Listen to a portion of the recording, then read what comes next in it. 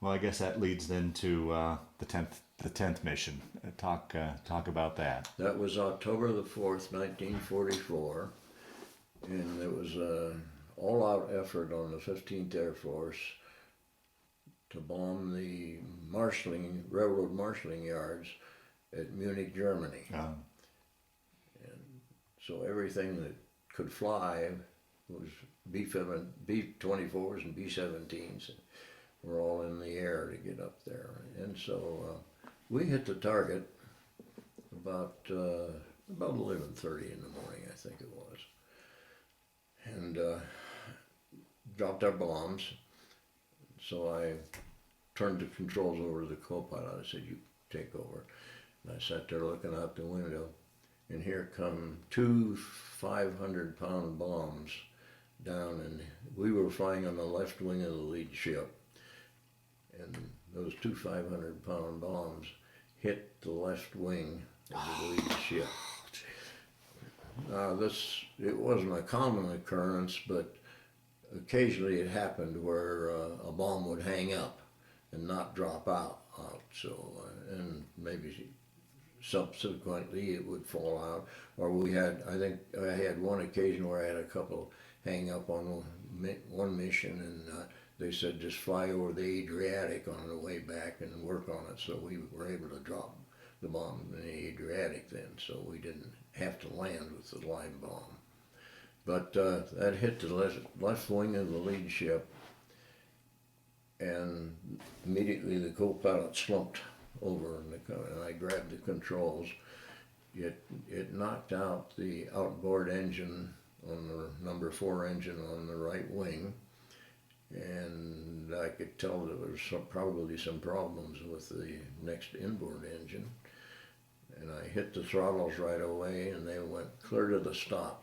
The throttles were cable controlled, so that meant that something had come through there and clipped the.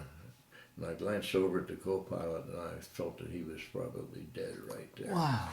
The top gunner, which was almost over the control cabin, came down right away because it had blown the turret off of top of his gun control situation.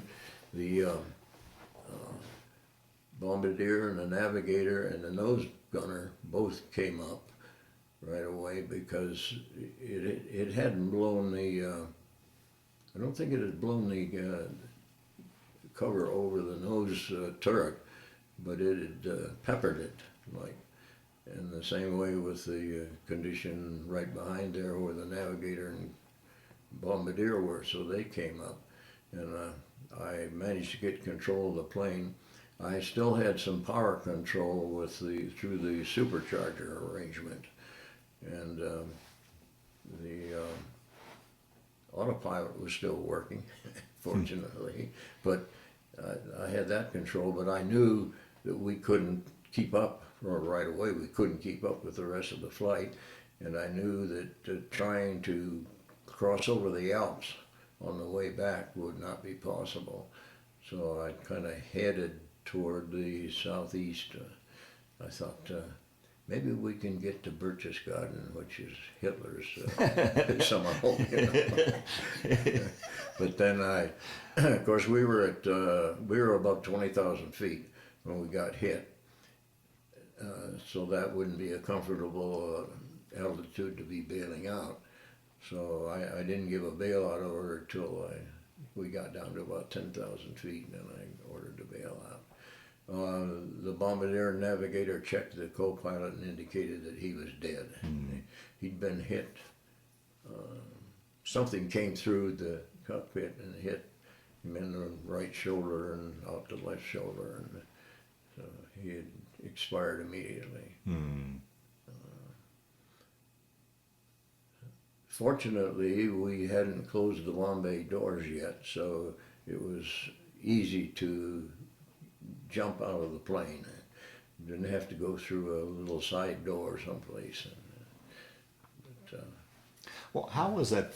I've always been fascinated too. I mean, I've crawled through a 17 and a 24 before, and I can see the rest of the crew getting out, but I mean, you got to maneuver around some things yourself. I mean, what did you set it on autopilot and then climb out, or how did you get out?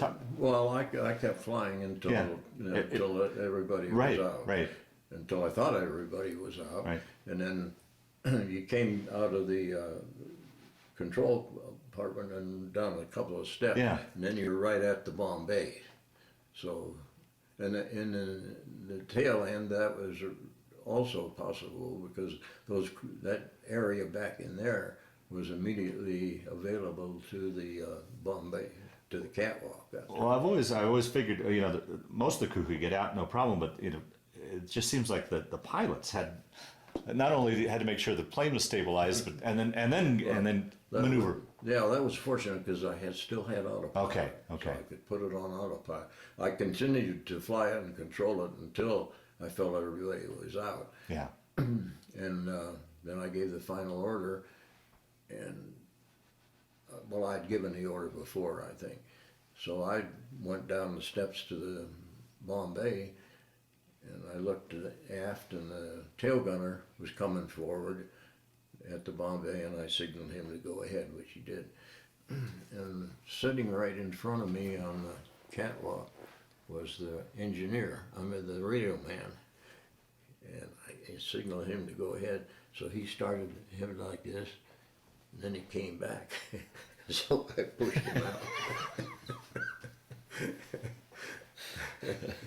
And then I went out. We were wearing chest chutes, not seating chutes, because we had to get up and move around it. So we kept the chest chutes right behind the seat. Oh wow. And when I got up to go out, I grabbed the chute and put it on, clipped it. When I grabbed the chute, I noticed that the headrest off of my seat was laying there on the floor. So something had come through and clipped that headrest. Unbelievable. Wow. But I wasn't hit with anything. Yeah. Yeah. Then bailed out and waited for the chute tube. And I reached up and was going to start to tear it apart, and boom, it went. Ah. Oh boy. After I got down about, I don't know, maybe down to a couple thousand feet, then everything was calm, quiet. You could hear little noises on the ground below. And it was a beautiful scene. It's in southern Germany. Yeah, sure. Yeah. Under the circumstances.